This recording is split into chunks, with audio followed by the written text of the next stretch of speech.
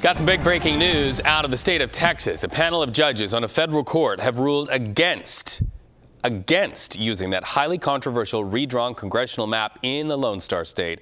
This ahead of next year's midterm elections. Instead, lawmakers will use the lines drawn back in 2021. Now, those maps signed into law this year would have given Republicans in the state of Texas a shot at picking up 5 more seats in Congress.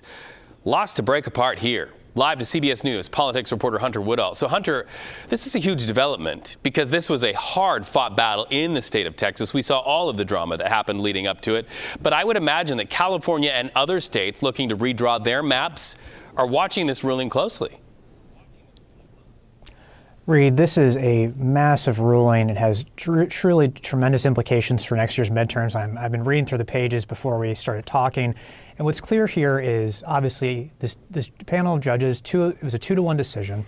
They have ruled against the Texas map that would have essentially helped Republicans have a good shot at winning 5 congressional seats that are currently held by Democrats under the old lines. Now, everything here, Texas was the center point of all the redistricting tensions that have spilled out across the nation so far this year. That's why you've seen California redraw its maps, and then other states in response to California and likewise. So this decision, the U.S. House has an incredibly narrow majority of House Republicans right now. The implications are massive for what this could mean for the midterms and for control of the U.S. House. Already Democrats are touting this ruling, celebrating this ruling, but I think you're likely to see Republicans very upset by what the judges are saying here. Right, and on what grounds? Because, of course, a lot of people who were against the redrawing of maps in the state of Texas said it was done to sort of deflate the power of black and brown voters in the state of Texas. In California, legal action taken against California's effort is that the maps were drawn to favor Latino voters. So on what grounds are you seeing that these panel of judges made this ruling today? One of the critical moments we're seeing here, there's a letter from the Department of Justice that the court filing talks about coming in July. And they cite this letter as being a critical part of their decision. And I'm quoting now from the ruling.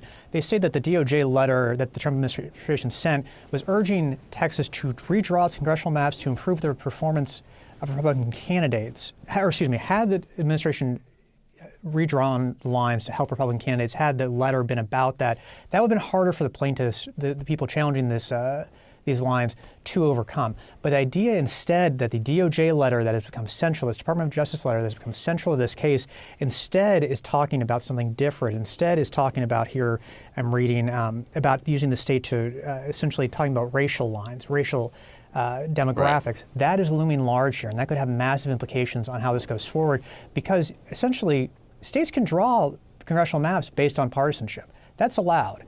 It's when the racial aspect gets into this that it becomes much more difficult to see. It really is fundamental to this situation in Texas and also in California. So going forward, do representatives of this, people who are proponents of it, have an option to appeal?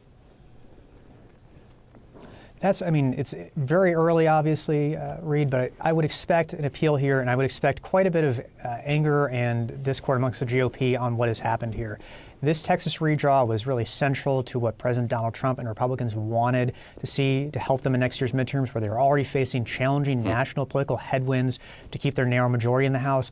This kind of ruling is obviously going to be quickly met with derision by Republicans and also likely to face appeals, though it's unclear how quickly that will happen. But obviously, this really does upend the midterms at this moment. Yeah, 2 questions. 2 words really form the question. Now what? Hunter Woodall, we know you'll be chasing the answer to that for sure. Thank you so much.